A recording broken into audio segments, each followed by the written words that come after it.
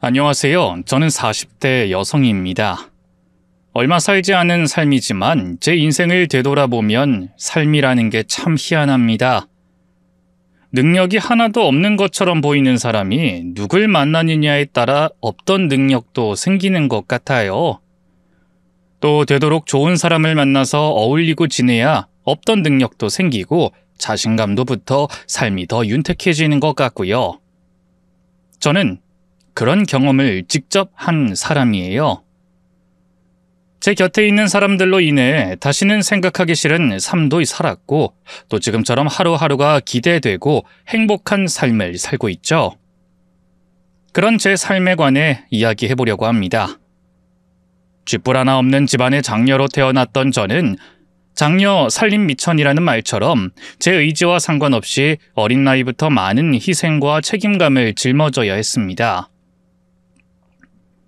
부모님처럼 동생들을 챙기고 돌봐야 했고 중고등학생이 되어서는 아르바이트를 병행하며 또래 아이들과는 다른 일상을 보내야 했어요. 다른 친구들이 노래방을 가고 놀러 다닐 때 저는 아르바이트하고 동생들 돌보기에 바빴습니다. 말 그대로 살림 미천이 되어 살았던 저는 대학마저 포기할 수밖에 없었어요. 대학을 갈 수 있는 성적이었지만 그렇다고 명문대는 아니었고 애매한 머리로 대학에 들어가 등록금과 생활비를 까먹으며 공부한다는 게 너무 이기적이라는 생각이 들더라고요.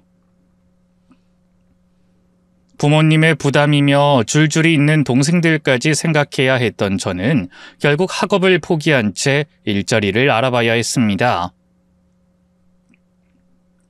그렇게 일만 하던 저는 어린 나이에 전 남편과 결혼까지 하게 됐습니다. 제가 처음 일하게 된 가게의 사장님이었죠.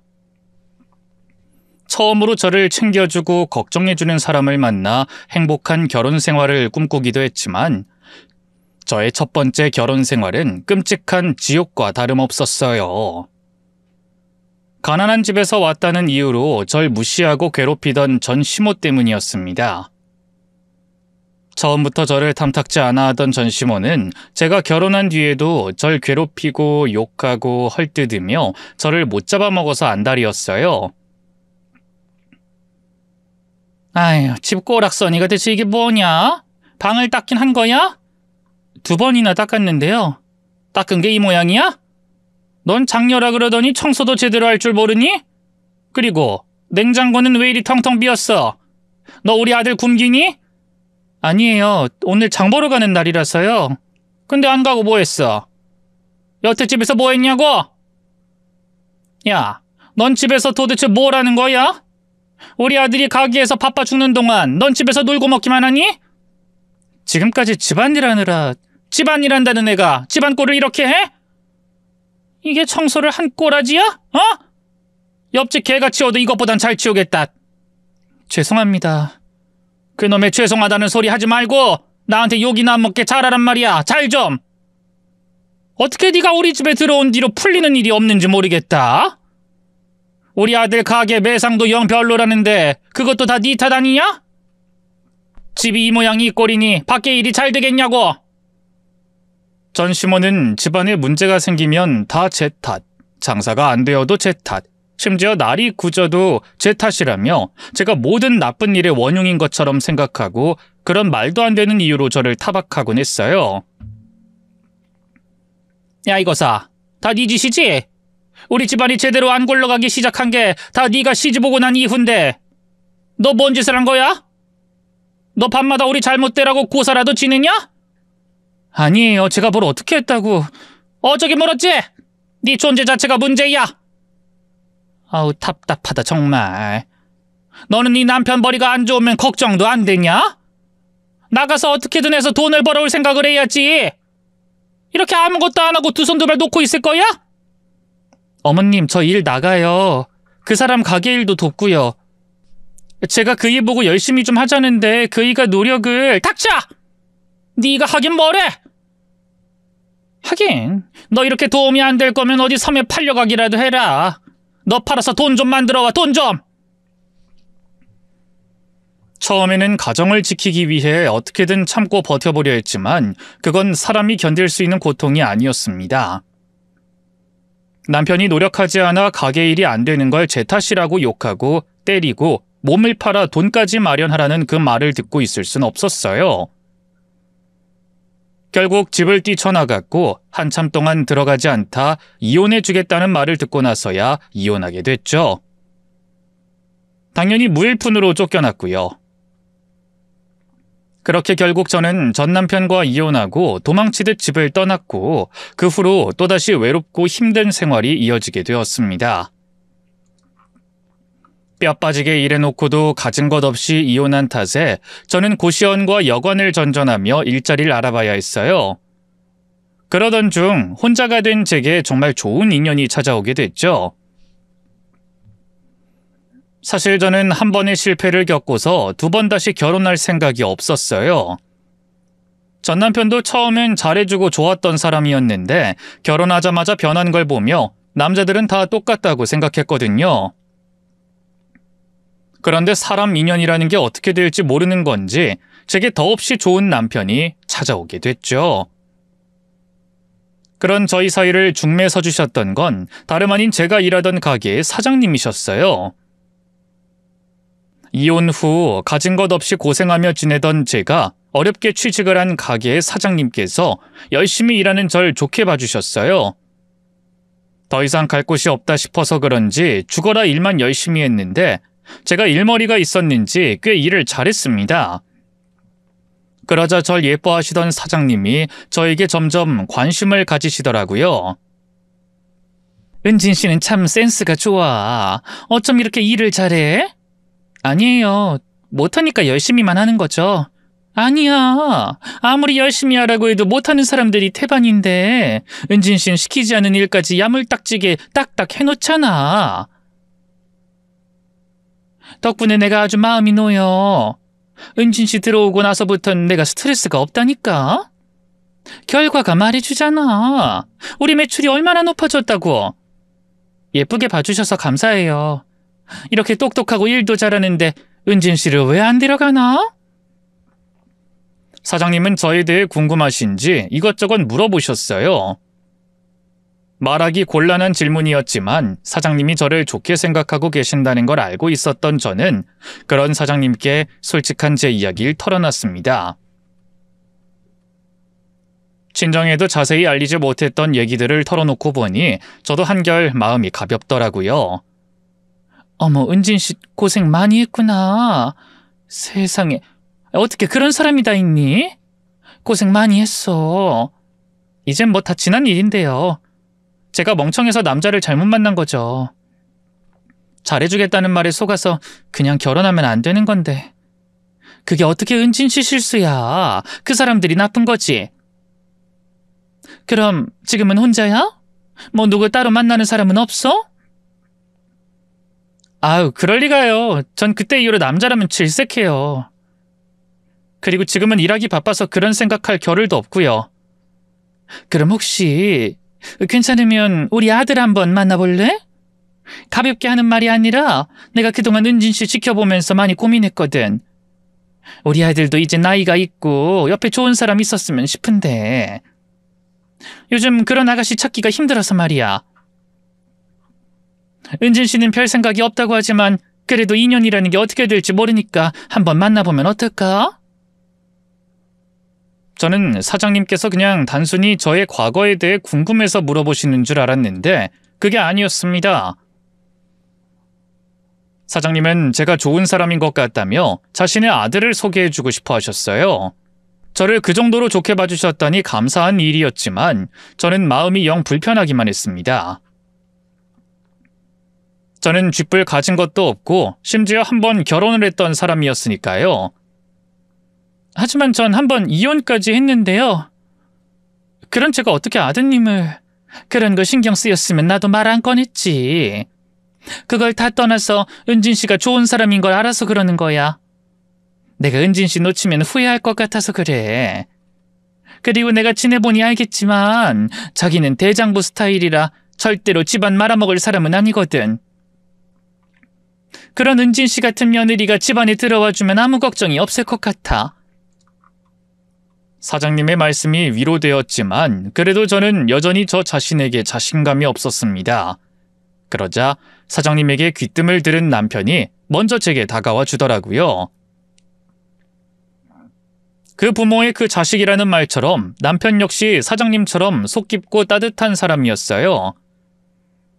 남편은 사람의 겉모습만 보는 것이 아니라 사람의 내면을 바라봐 줄 아는 사람이었고, 그런 남편은 저를 더 나은 사람으로 만들어줬어요.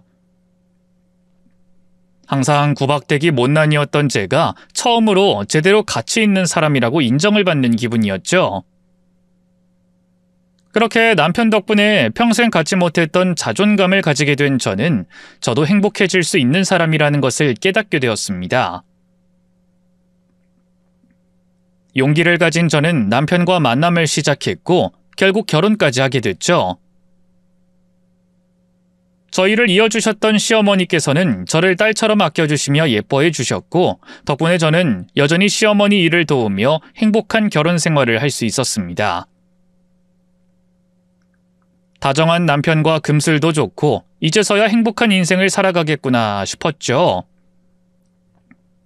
그런데 그 순간 집안에 먹구름이 드리워지기 시작했습니다. 건강한 줄만 알았던 남편이 갑작스럽게 병을 얻어 당장 1년도 살 수 있을지 모른다는 진단을 받았거든요. 시한부 판정을 받은 남편을 보며 저는 절망할 수밖에 없었어요. 돌고 돌아 어렵게 찾은 사랑인데 제대로 시작해보기도 전에 허무하게 이를 순 없다고 생각했죠. 의사들조차 고개를 내젓는 상황에 희망을 찾기가 더 어려웠지만 저는 절대로 쉽게 포기할 생각이 없었습니다. 이렇게 착하고 다정한 남편을 떠나보낼 수 없다는 생각에 저는 어떻게든 남편을 살리기로 결심했어요. 그리고 그때부터 저의 온 힘과 노력을 남편에게 쏟아붓게 됐죠. 저는 남편의 병을 고치기 위해 최선을 다했습니다. 먹이는 것, 입히는 것, 재우는 것 하나하나 신경 쓰지 않은 부분이 없었고 어디서 병에 좋다는 음식이나 약이 있으면 전국을 뒤져서라도 찾아내고 말았어요. 남편을 살릴 작은 가능성이라도 보이면 물불 가리지 않고 희망을 걸었죠. 100가지 방법 중 한 가지라도 통하면 좋겠다고 생각하면서 말이에요. 그렇게 남편을 살리려 노력했더니 정말 기적이 찾아와줬습니다. 병원에서도 가능성이 희박하다고 포기했던 남편이 다시 살아나기 시작했던 거죠. 남편이 아프기 시작한 지 정확히 3년이 되던 날, 남편은 완전히 회복하게 됐고 일어나서 다시 정상적인 생활을 할 수 있었습니다. 그제야 저는 한시름 놓고 시어머니 일을 다시 돕게 됐죠. 그리고 저는 다시금 제 곁에 있는 시어머니와 남편의 소중함을 깨달을 수 있었습니다. 똥차가 떠난 뒤 벤츠가 온다고 하던데 제가 딱 그 말의 주인공이었어요. 거기다 저번 결혼해서 전 남편이라는 인간도 모자라 전 시모마저 똥차 중에 똥차였는데 이번엔 남편의 시어머니까지 벤츠, 아니 그 이상의 슈퍼카였죠. 똥차를 겪고 난 뒤라서 그런지 그 차이가 더 절실히 체감되었고 다른 사람들에겐 평범할 수도 있는 일상이 얼마나 소중한지 느낄 수 있었어요. 그래서 정말 잘하려고 했습니다. 아내로서 며느리로서 제가 가지고 있는 능력의 120% 짜내어 잘하려고 했죠. 성실하고 꾸준히 가족들 뒷바라지하며 도움이 되는 게 제가 가장 잘하는 일이기도 했어요. 시어머니 사업을 돕고 또 회사 다니는 남편 뒷바라지까지 정말 열심히 했습니다. 저는 그게 많은 부분에서 모자란 제가 남편과 시댁에 해야 하는 당연한 일이라고 생각했는데 역시 좋은 사람들은 그런 것마저 당연한 일이라고 생각하지 않고 고마워했어요. 어머님께서 또 남편이 잘해서 집안이 잘 되는 걸 모두 저의 덕분이라며 공을 저에게로 돌렸죠. 어머님, 어디 가시는데 말씀을 안 해주세요? 그리고 인감은 왜... 우리 복덩이 며느리 너무 고마워서 내가 일찍 좀 내 건물 물려주려고. 네? 건물을 물려주신다고요? 어머님 건물 말씀하시는 거예요? 그래, 나야 어차피 사업하면서 들어오는 돈도 있고 또 어차피 너희 물려주게 될 건물이니까 너한테 일찍 주려고 해. 어머님 말씀은 감사한데 그 건물 제가 받는 건 아닌 것 같아요. 받아도 그이가 받아야죠. 그리고 제가 시집와서 한 게 뭐가 있다고요. 제가 어머님과 그이에게 선물을 사드려도 모자란 상황에 이건 아닌 것 같아요. 저 어머님 마음만 감사하게 받을게요. 돌아가요. 돌아가기는 벌써 준비해 놓을 거 다 해놓은 상황인데. 그리고 네가 시집와서 왜 한 게 없어? 우리 집에 이만큼 사는 게 다 누구 덕분인데. 내 사업은 둘째치더라도 우리 영준이 너 아니었으면 이 세상 사람 아니었을 거다. 너 없었으면 진작에 내가 내 새끼 제사상을 차렸을 거야. 그렇게 생각하면 네가 우리 영준이 살려냈을 때 바로 보답을 하는 게 맞아. 근데 나도 사업한다고 또 영준이 챙긴다고 정신이 없어서 보답하는 게 너무 늦었다. 보답이라뇨. 자기 남편 간병하는 건 당연한 일이죠. 그리고 그이가 사람이 좋아서 겉으론 내색하지 않겠지만 어머님 결정이 내심 서운해할 거예요. 제가 뭘 어떻게 했든 간에 어머님 자식은 그 사람인데. 결혼하자마자 들어놓은 남편을 누가 그렇게까지 보살펴? 그리고 보살핀 게 다야? 네가 지금까지 영준이랑 나에게 얼마나 잘했는데. 너 받을 자격이 있어. 그건 영준이도 인정해.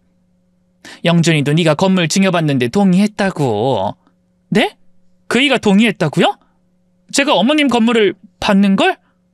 언제요? 제겐 말한 적이 없는데. 영준이가 널 아니까 말 안 한 거지. 네가 먼저 알았어 봐. 안 받겠다고 고집을 얼마나 부리겠어. 그래서 나도 사무실 다 도착할 때까지 말 않고 있었던 거지.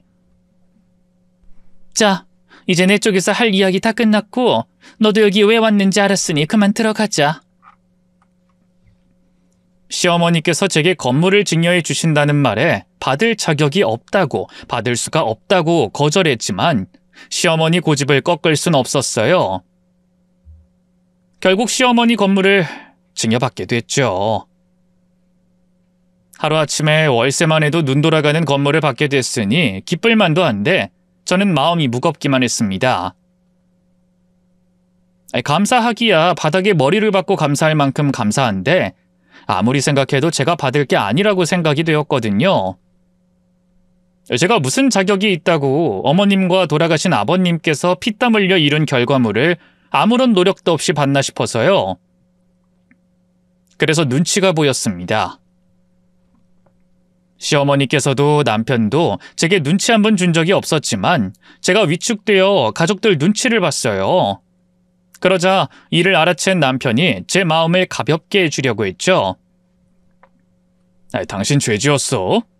갑자기 그게 무슨 말이야? 요즘 며칠 계속 어머니랑 내 눈치만 보고 있잖아. 눈치는 무슨... 나 그냥 평소처럼 행동하는데. 평소처럼? 그럼 내가 이제까지 산 사람은 다른 사람이었나? 여보, 눈치 좀 보지 마. 당신 어머니 건물 때문에 그러는 것 같은데 어머니랑 나는 당신이 받을 자격 있다고 생각해. 당신이 불편해할 게 하나도 없다고. 나는 불편해. 내가 이 집에 시집 오면서 집을 가지고 왔어. 금덩어리를 가지고 왔어. 해온 것도 없고 한 것도 없는 데가 건물이 웬 말이야. 저거 돈이 얼마냐고. 그럼 당신이 시집 와서 얼마나 잘했는지 객관적으로 하나하나 다 따져볼까? 받을 자격이 있는지 없는지 말해봐. 당신이 어머니 회사에 들어가고 회사 매출이 얼마나 높아졌어. 그리고 나는 사람 목숨 살린 값어치가 얼마나 될 것 같아? 그거야 당연히 내가 해야 하는 일이잖아. 나 말고도 다들 그렇게 하는데. 그렇게 안 해.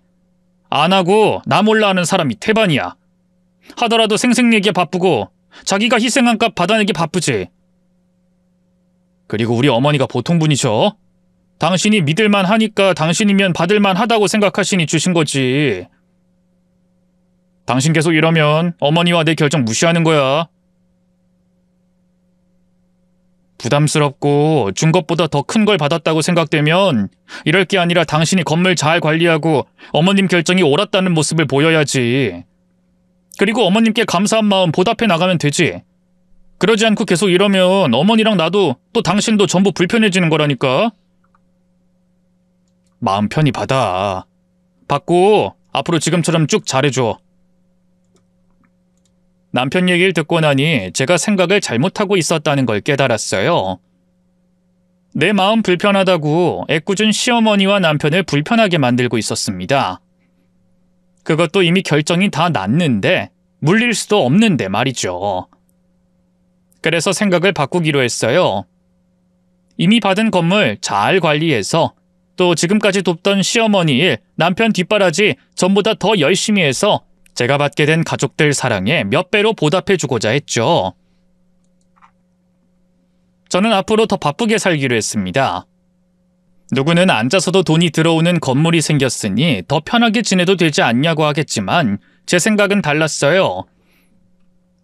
건물 월세로 들어오는 돈은 따박따박 모아서 우리 집안이 필요할 때 또 보탬이 돼야 할 때 쓸 거고 그거에 플러스 알파를 벌어 매주, 매달 어머님과 남편에게 감사의 표시를 하려고 했거든요. 그러려면 제가 건물 관리를 열심히 건물의 가치를 올려야 했습니다. 그 생각을 가진 날부터 내가 건물주라는 생각을 가지고 건물 하나하나 들여다보기로 했죠. 그런데 어머님께 받은 건물을 찬찬히 들여다보던 가운데 눈에 익숙한 이름이 하나 들어왔어요. 임대차 계약서를 보고 있었는데 임차인 중에 전시모랑 같은 이름, 비슷한 나이대인 사람이 있더라고요. 저는 그 임차인이 전시모일 수도 있다고 생각했습니다. 그러자 몸이 떨려오더라고요. 전시모에게 괴롭힘당한 옛 기억이 떠올라서 또 학습된 공포로 인해 떨린 게 아니었습니다. 아주 묘한 희열이었어요. 어머님께 받게 된 건물의 임차인이 전시모가 맞다면 복수를 할 수 있었으니까요. 드디어 복수를 할 수 있다는 생각에 몸이 떨려오기 시작했죠. 임대차 계약서에 임차인 이름을 보며 전시모를 떠올렸던 저는 제가 생각한 사람이 맞는지 확인하기 위해 다음날 건물로 찾아갔습니다. 사실 제 건물의 임차인이 전시모가 맞는지 확인하는데 더 빠른 방법이 있었어요. 시어머니께 임차인에 대해 물어보는 거였죠. 하지만 그러지 않았습니다. 직접 제 눈으로 전시모가 맞는지 확인하고 싶었으니까요. 그래서 건물로 찾아가 전시모로 추정되는 임차인 가게 앞에서 기웃거리고 있었는데 누군가가 제 등을 강하게 때리는 겁니다. 아야, 누가? 어? 맞네, 맞아. 어디서 낯익은 뒷모습이라고 했더니 너 맞구나. 뭐니? 여긴 어떻게 알고 찾아왔어? 왜? 끈 떨어져 보니까 옛날이 그립디? 집이 그립고 내가 그립고 우리 바울이가 그립니? 그립긴 뭐가 그리워요. 지금도 옛날 생각하면 치가 떨리는데. 어이구, 이게 고생을 덜 했나 어디서 큰 소리야. 야, 너 집 나가서 살더니 옛날 기억 다 잊었나 보다? 고생한 기억만 남았어? 나한테 맞은 기억은 안 나? 어디 네가 기억하나 못하나 지금 여기서 확인해볼까? 네 돌대가리 머리통은 몰라도 몸은 기억하고 있을 텐데. 내가 손 들었다 하면 아주 움찔움찔 난리가 날 텐데. 뭐요? 그래요, 때려봐요. 때려보라고. 내가 아직도 그쪽 며느리인 줄 알아요? 남남된 지가 언젠데 어디서 사람을 때리겠다 협박이야. 아우, 이걸 정말. 그래, 뭐 네 말대로 남남이니까 내가 그만둔다. 그럼 꺼져. 남의 장사하는데 재수없게 기웃기웃거리지 말고 꺼지라고. 내가 왜 꺼져? 꺼지려면 그쪽이 꺼져야지. 여기가 내... 뭐? 꺼져? 이게 어디서 말을 함부로 해? 야, 너 남이라고 내가 너 못 잡아먹을 줄 아나 본데? 이따구로 나오면 나도 못 참지. 남이라고 해도 내가 너보다 나이가 많고 네 시어머니였던 사람이야. 그런데 어디서 꺼지라는 말을 해? 아까부터 계속 그쪽거리고 어디서 반말이야 이게? 그리고 네가 여기 왜 있는데? 너 나한테 빌부터 보려고 찾아온 거 아니야? 먹고 살기 힘드니까 기어들어온 거 아니냐고? 내가 보기엔 그쪽이 힘든 것 같은데요. 그 콧대 높던 할마씨가 장사 시작한 거 보니까 그동안 집안이 많이 고꾸라졌나 봐요. 뭐야? 야, 꼬꾸라지긴 누가 꼬꾸라져? 늙어서 집에 있기가 심심하니 소일거리라도 하려고 장사 시작한 거지. 야, 너 나가고 우리 집, 우리 바울이 엄청 잘 돼. 너같이 재수없는 년 떨어져 나가니까 고속도로 탄 것처럼 우리 바울이 쭉쭉 뻗어나간다고. 뭣도 모르는 년이 뭘 안다고 꼬꾸라진다는 헛소리나 하고 있어. 근데 넌 여기 왜 있니? 너는 뭔데 이 시간에 남의 가게 염탐하고 있어? 저요? 여기가 아니, 있을만해서 있는 거예요. 그것까지 제가 그쪽한테 말해야 돼요? 아이고, 인연이 입은 살아가지고. 됐고, 꺼져. 재수없게 하지 말고 얼른. 알겠다. 네가 여기 왜 있는지. 너 이 건물 청소부야? 맞지? 너 여기 청소하는 거지? 네, 맞아요. 이 건물 청소하게 됐어요. 겨우 건물 청소나 하는 년이 어디서 남의 집 이야기를 해?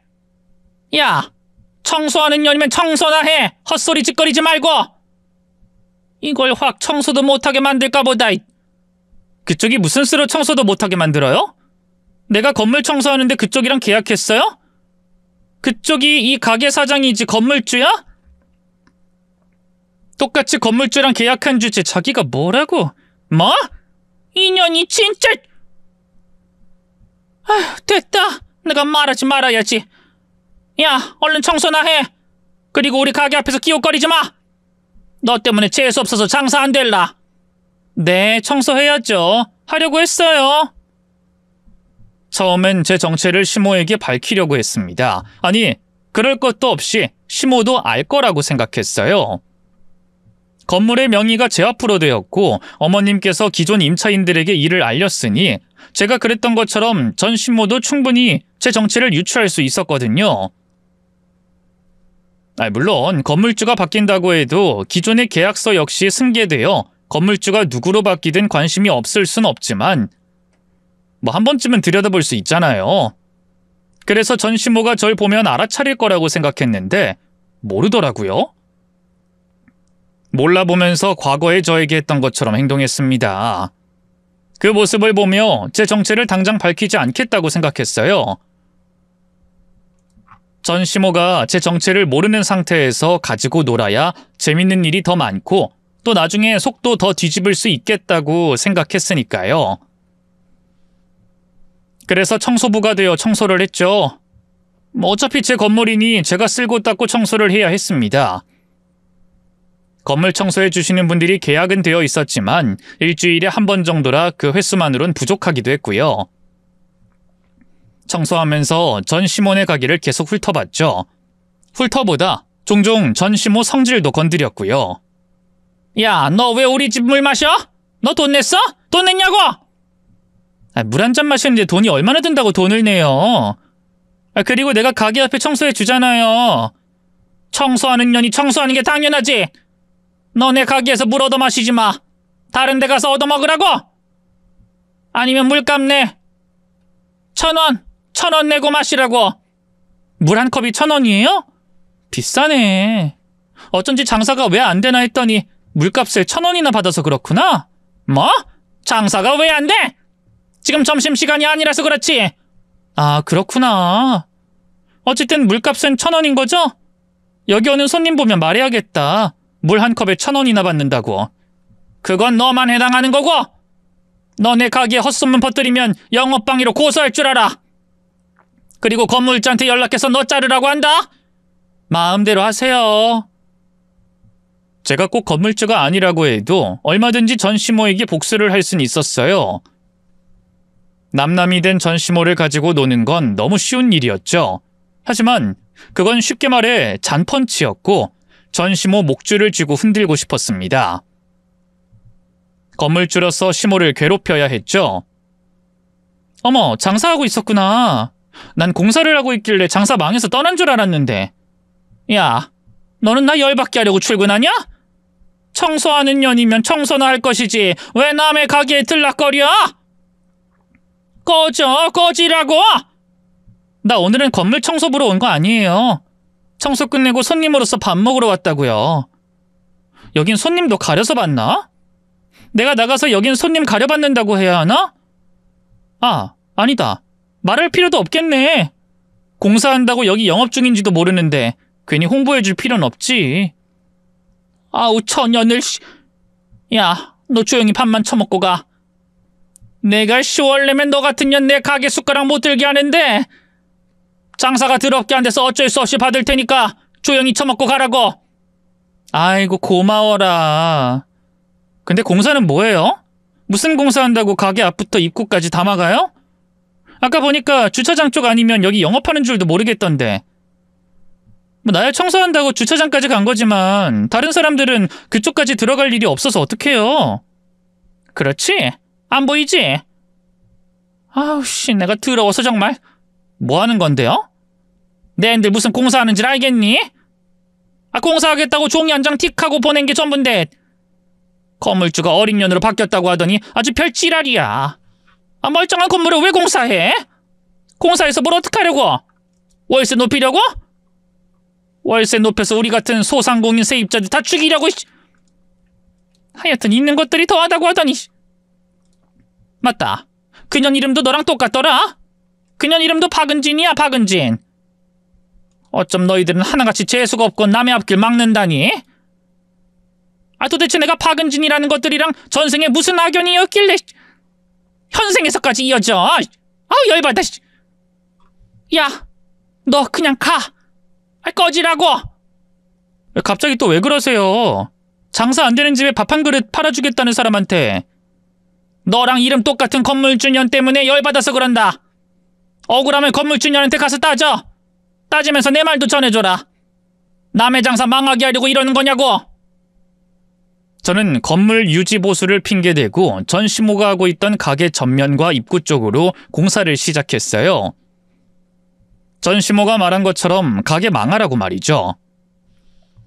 당연히 전시모는 항의한답시고 저와 통화를 하려고 했지만 저는 바쁘다는 핑계를 대며 문자로 답을 대신했습니다. 이미 법적으로는 아무런 문제가 되지 않는다는 걸 알았기 때문에 일일이 대응할 건 없었어요. 하지만 전시모는 속이 타들어가기 시작했는지 제 답장에도 불구하고 1시간마다 전화를 걸어왔어요.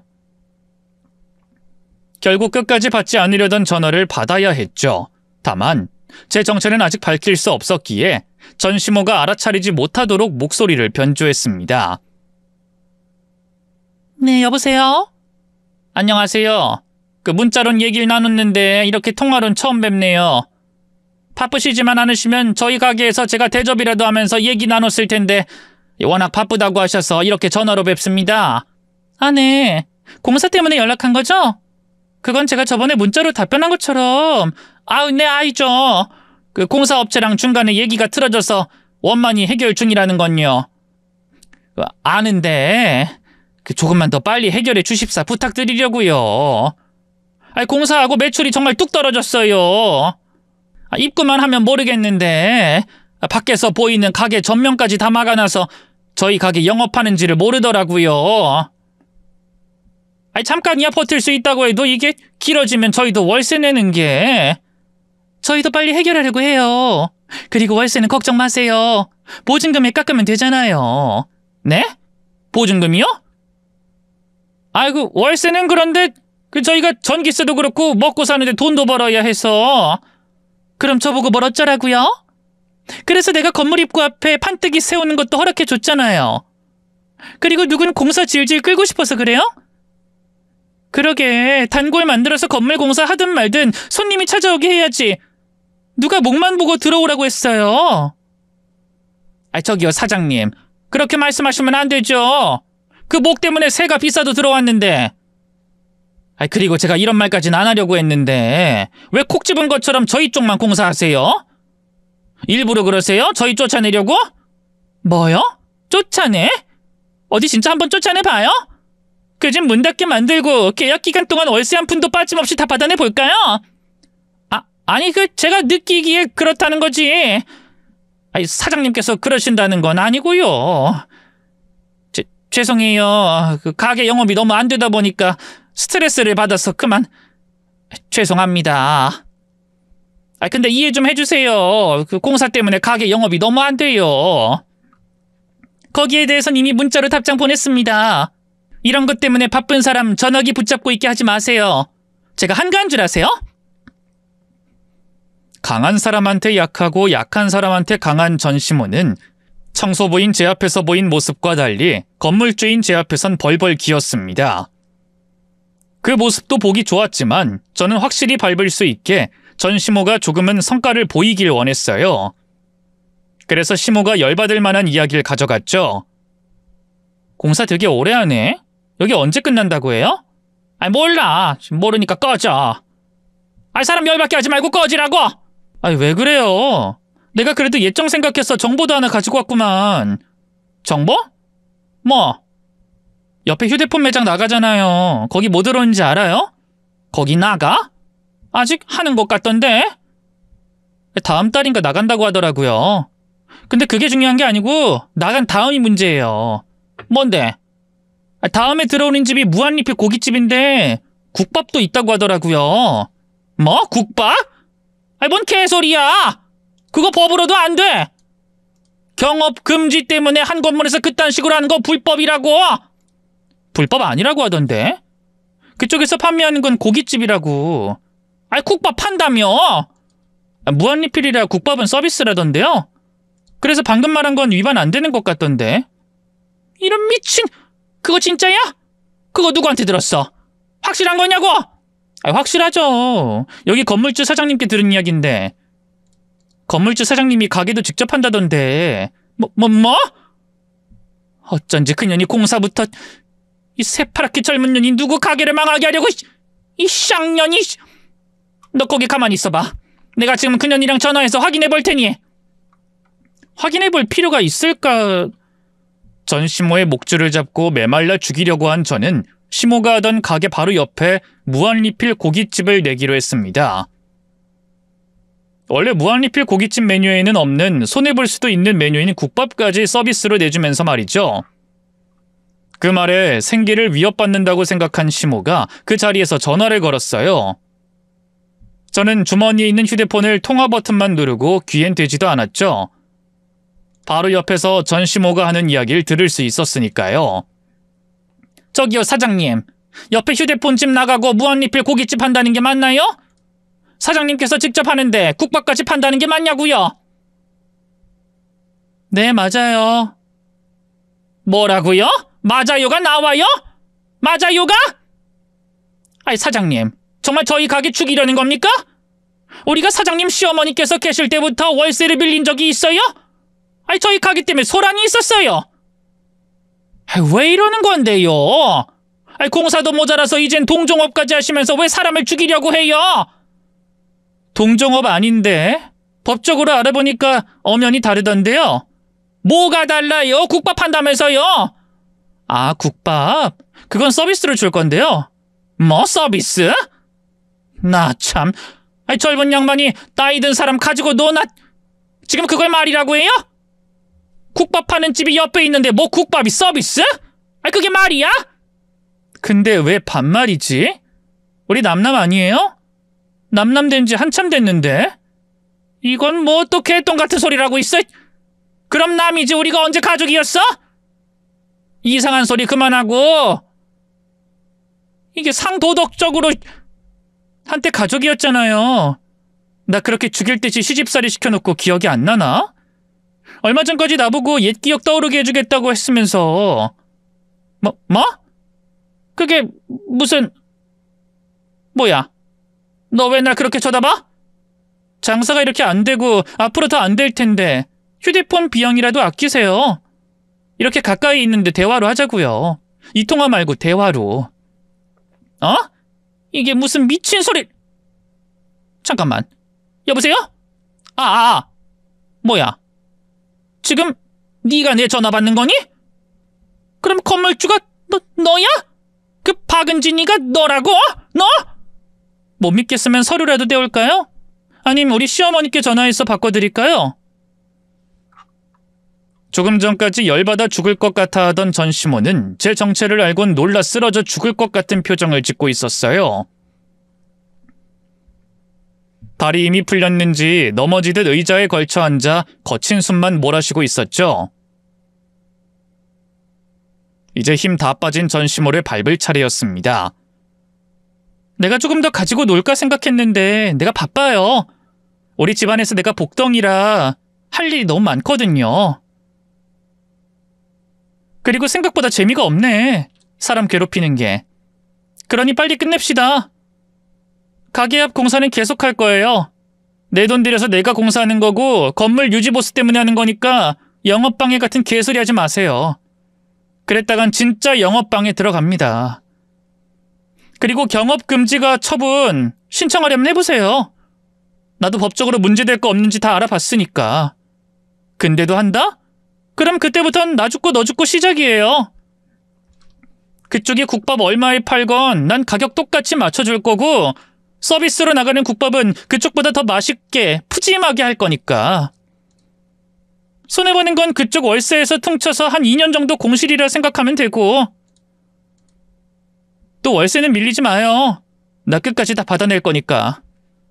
너 지금 나한테 이러는 거 전부 다? 맞아요. 지독하게 했던 시집살이에 복수하는 거. 그래도 좀 낫죠? 이유도 없이 당하고 있는 것보다 이렇게 복수라는 걸 알고 당하게 되니까. 그래도 이 정도인 걸 다행이라고 생각해요.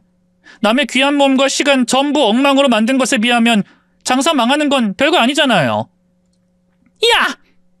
너 지금 제정신이야? 이미 다 지나간 일에 복수를 해? 그것도 사람 먹고 사는 걸 못할 정도로? 이럼 내가 가만히 있을 것 같아?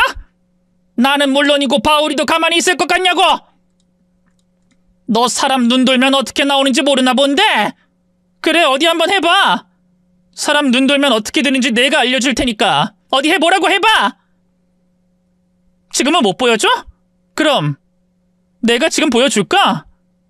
내가 내 건물에 불이라도 질러서 보여줘? 얘가 왜 이래? 얘 너 지금 너무 그럼 흥분 안 하게 생겼어? 당신들이 내게 어떻게 했는데? 내가 어떻게 살았는데? 그러니까 내가 하는 복수에 조금도 발버둥 치지 마. 그땐 이걸로 안 끝나. 당신들 쫓아다니면서 폐가 망신할 때까지 괴롭힐 거라고.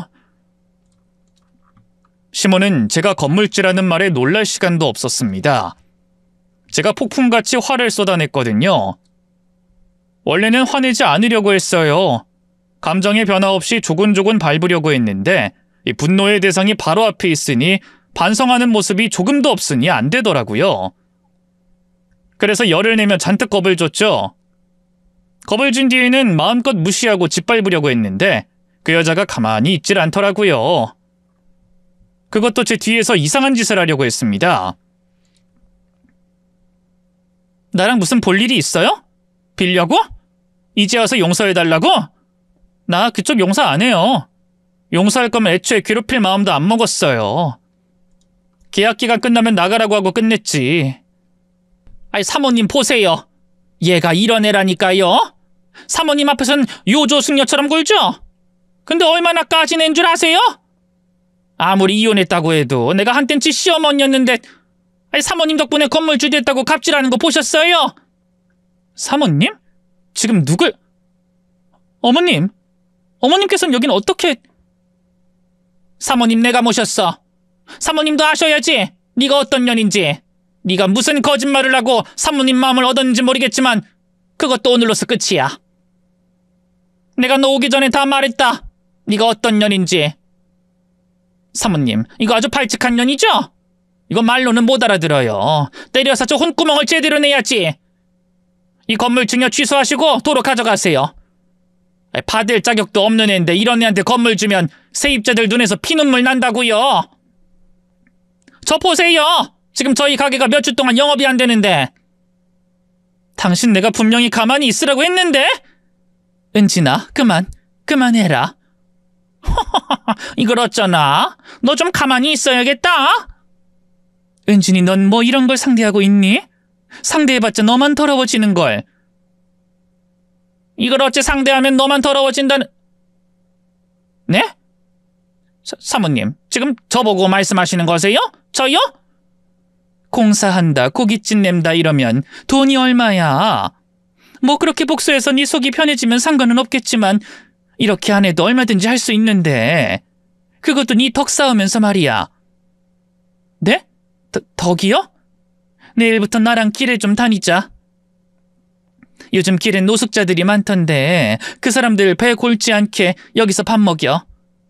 노숙자들한테 직접 돈 주지 말고 여기 앞에서 네가 있다가 먹고 가면 결제해 주는 걸로 하자. 여기 테이블이 2, 4, 6, 4인석이 10개 정도 되니까 4인석 하나에 한 명씩 10에서 14사람 정도 데려다 점심 저녁으로 식사 대접해. 여기 손님 가려받진 않지. 그럼 그거대로 소문내면 되기도 되는데. 사모님, 지금 무슨 말씀하시는 거예요? 갑자기 노숙자는 무슨 말씀이고. 큰돈 안 들이고 덕은 덕대로 쌓으면서 이 가게 망하게 하려는 건데 모르겠나? 세상 따뜻해졌다고 해도 누가 노숙자가 자리한 가게에서 밥 먹고 싶겠어? 그렇다고 여기 맛이 엄청 좋은 것도 아닌데. 우리 며느리가 사람 괴롭히는데 영 재능이 없어서 큰돈 들이길래 내가 적은 돈으로 효과 만점인 방법을 알려주는 거예요. 왜? 문제 있어요? 사모님, 지금 제가 아니라 저를 괴롭히겠다고요? 천연이 사모님 속이고 시집 왔을 텐데. 이 여자가 어디서 남의 귀한 며느리 보고 천연 짓거려. 우리 며느리도 나도 얌전하게 나오니까 말이 함부로 나오나? 내가 깡패라도 불러서 이 가게 다 때려 부수게 만들면 그때 며느님 들을 수 있나? 아니면 나랑 한번 붙어볼까? 내가 우리 며느리 서러움 되갚아봐? 이 여자가 정신을 못 차리고. 당신 지금 전연 짓거릴 입장 아니야. 내가 갑질 싫어하는데 당신한텐 갑 중에 갑, 당신은 나한테 을 중에 을이라고. 어디 갑질 한번 거하게 해줘? 사모님, 내가 모르긴 뭘 몰라. 우리 며느리게 다 들었는데. 근데 그 왼수 같은 여자가 바로 당신이었구만. 내가 그걸 알았다면 여기 있는 동안 아주 엿을 뒤지게 먹여줬을 텐데. 아쉽다, 아쉬워. 웃음기가 가득하던 시모 얼굴은 저희 시어머니 말씀 한마디에 조금씩 사라졌어요. 그리고 나중엔 어디 체악이라도 한 것처럼 새하얗게 굳어버렸죠. 그게 얼마나 꼬습던지 모릅니다. 저도 한마디 안 얹을 수가 없었어요. 어머님, 이 여자랑 말 섞지 마세요. 말씀처럼 상대하면 더러워지는걸요. 아줌마, 이제 볼일 다 봤어? 뭐? 아줌마? 그럼 아줌마 아닌가? 아줌마 대접받기 싫었으면 이런 짓 하지 말았어야지. 내가 분명히 말했어. 헛짓거리 하지 말고 당신이 한 짓에 대한 복수 다 받으라고. 그런데 결국 이런 짓을 했네? 내가 내 과거 속이고 결혼한 줄 알고? 근데 이걸 어쩌나? 결국 지가 못된 년이라는 걸 밝히는 꼴이 됐으니. 자, 그럼 내일부터 무슨 일이 벌어지는지 한번 보자고. 오늘 가게 문 닫으면서 내가 왜 이런 짓을 했는지 생각하며 당신 대갈통 때려. 그거 아주 장식이야, 장식. 경고를 해줘도 알아듣지를 못하네. 자, 내일부터 지옥이 될 테니까 기대해. 저는 무시무시한 경고를 한 채 시어머니를 모시고 가게를 나갔습니다. 전시모는 영혼이 가출한 듯한 표정을 짓고 있었어요. 자기도 이젠 확실히 안 거죠. 자기가 뭐 됐다는 걸. 그 전시모의 예상이 틀리지 않게 저는 다음 날부터 시모 괴롭히는데 열심히 했어요. 시어머니께서 알려주신 노숙자분들 식사 대접하는 건 물론이고 거기에 가게 있는 것도 모를 정도로 건물을 꽁꽁 싸맸죠. 딱 전시모가 운영하는 가게만 말이에요. 그러자 상황의 심각성을 알아챈 전시모와 전남편이 찾아와 저에게 싹싹 빌기 시작했습니다. 그런데 그딴 것들 제가 왜 만나줘요? 때릴 수도 없고 감옥에 보낼 수도 없는데 제 입만 아프게 또 격 떨어지게 왜 욕을 하겠냐고요. 그래서 안 만나줬어요. 제가 지고 있는 목줄은 계속해서 올가매면서 말이죠. 그 결과 시모는 계약 기간을 다 채우지도 못하고 가게를 내놓겠다고 했습니다. 그런데 가게 들이는 건 누구 마음이에요? 제 마음이잖아요. 들어오겠다는 사람들에게 갖은 핑계를 대며 손사래를 쳤죠. 마음이 급해진 시모는 권리금까지 받지 않겠다면서 다음 세입자를 들이려고 했고요. 그래도 제가 안 되겠다고 하자 전시모와 전 남편이 울면서 찾아왔습니다. 은진아, 우리 진짜 죽게 생겼다. 제발 좀 받아오. 너도 알잖니? 우리 가게 진작에 정리한 거. 이제 월세 낼 돈도 없다. 이제 먹고 죽어도 돈이 없어. 그러니 제발 좀 살려다오. 우리가 잘못했어. 여보, 엄마랑 내가 잘못한 거 다 인정해. 근데 이 정도면 복수할 만큼 한 거 아니야? 당신도 월세 받아야지. 그거 한두 푼도 아니잖아. 그리고 진짜 이러다 우리 엄마 큰일 나겠어. 당장 내일 쓰러져서 죽어도 이상할 게 아닌 상황이라고. 나도 그랬어. 나도 당신한테 괴롭힘 당할 때 당장 쓰러져도 이상하지 않았다고. 그런데 누군 봐줘도 되고 누군 안 되는가 봐? 그런 게 어딨어. 사람 다 평등한 건데. 그리고 당신이 말한 것처럼 나도 손해 감수하면서 있는 거야. 그러니 끝까지 가야지. 계약 기간 다 채우고 가. 월세 밀리지 말고. 아님 바로 내용 증명 날아가고 이자 붙고 소장 날아간다. 여보, 제발. 이렇게 무릎 꿇고 빌게. 그래, 은진아, 내가 잘못했다. 내가 이렇게 빌게. 이제 창피한 것도 없는지 눈물 콧물 다 쏟으면서 빌고 있는 두 사람을 보니 그만해야겠다고 생각했습니다. 솔직히 더 말라 비틀어질 때까지 괴롭힐 수 있었고 괴롭히는 걸 멈출 만큼 불쌍한 것도 아니었어요. 더 괴롭힐 수 있었는데 그때 멈추지 않으면 누구 하나 죽을 때까지 못 멈출 것 같더라고요. 그래서 권리금 없이 보증금 다 까인 상태로 전시모를 놔줬습니다. 복수 한번 제대로 한 거죠. 지금 와서 생각해보면 제가 너무한 것도 같은데 시간이 돌아간다고 해도 똑같이 할 것 같아요. 그 인간들 제가 아니라고 하더라도 똑같이 당해봐야 하는 것들이거든요. 여기 글을 쓰게 된 이유도 이곳에 그런 인간들이 없으리라는 보장이 없기에 긴장하고 조심하라는, 또 반성하라는 의미로 보내게 되었습니다. 그러니 나쁜 짓 좀 하지 마세요. 자기 자식 귀하면 남의 자식도 귀하다는 걸 아셨으면 하네요. 그럼 할 이야기를 다 한 저는 이만 글을 마치도록 하겠습니다. 안녕히 계세요.